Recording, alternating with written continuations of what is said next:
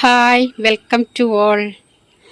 സാമ്പത്തികമായി വളരെ പ്രയാസപ്പെട്ട് നിൽക്കുന്നവർക്ക് ചെയ്യാൻ പറ്റിയ ഒരു അടിപൊളി സ്പിരിച്വൽ മെത്തേഡിനെ കുറിച്ചാണ് ഇന്ന് ഞാൻ നിങ്ങൾക്ക് പറഞ്ഞു തരുന്നത്. നമ്മുടെ നിത്യജീവിതത്തിൽ ഉപയോഗിക്കുന്ന കല്ലുപ്പ് കൊണ്ടുള്ള ഒരു മെത്തേഡാണ് ഇന്ന് പറയുന്നത്. കല്ലുപ്പ് നെഗറ്റീവ് റിമൂവ് ചെയ്യുന്നതിന് വളരെ ഫലപ്രദമാണെന്ന് നിങ്ങൾക്കറിയാമെന്ന് കരുതുന്നു. ഇത് ഒരു സ്പിരിച്വൽ ടെക്നിക്കാണ്. അതിനുവേണ്ടി ഒരു ചെറിയ പ്ലാസ്റ്റിക് കവർ എടുക്കുക.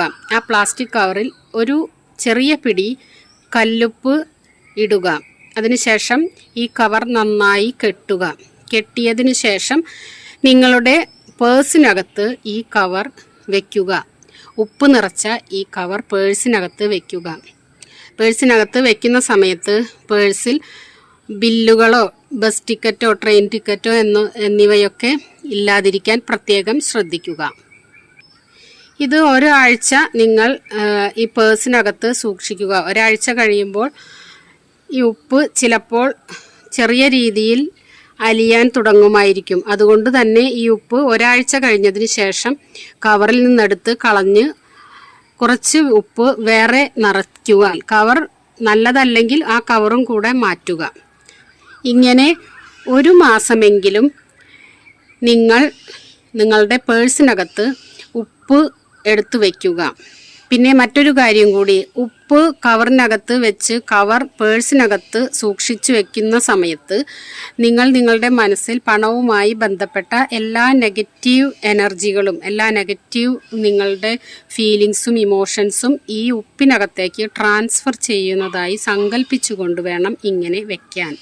മാത്രമല്ല, നിങ്ങളുടെ പേഴ്സിനകത്ത് നോട്ടുകൾ ക്രമപ്പെടുത്തി വെക്കാനും ശ്രദ്ധിക്കുക. അതായത് വലിയ നോട്ടുകൾ ആദ്യം, ചെറിയ നോട്ടുകൾ പിന്നീട്, അങ്ങനെ ക്രമമായി അടുക്കി വയ്ക്കാൻ എപ്പോഴും ശ്രദ്ധിക്കുക. ഇങ്ങനെയൊന്ന് ചെയ്തു നോക്കൂ. ഇത് വളരെ ഫലപ്രദമായ ഒരു സ്പിരിച്വൽ മെത്തേഡാണ്. ഉപ്പിന് നെഗറ്റീവ് എനർജിയെ വലിച്ചെടുക്കാൻ വളരെയധികം കഴിവുണ്ട്. ഇത് നിങ്ങൾ തുടർച്ചയായി കുറച്ചുനാൾ ചെയ്യുക. ഒരാഴ്ച കഴിയുമ്പോൾ ആ കവറിൽ നിന്നും ഉപ്പ് എടുത്ത് ദൂരെ കളഞ്ഞ് ഒരു പിടി വേറെ ഉപ്പ് നിറയ്ക്കുക. എന്നിട്ട് ഇത് പേഴ്സിൽ എടുത്തു വയ്ക്കുക.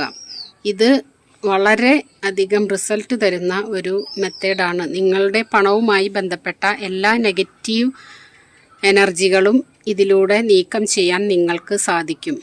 മറ്റൊരു വിഷയവുമായി അടുത്തൊരു വീഡിയോയിൽ കണ്ടുമുട്ടാം. എല്ലാവർക്കും ഈ മെത്തേഡ് ഉപയോഗിച്ചുകൊണ്ട് നല്ല റിസൾട്ട് കിട്ടട്ടെ എന്ന് ഞാൻ ആത്മാർത്ഥമായി ആശംസിക്കുന്നു, പ്രാർത്ഥിക്കുന്നു.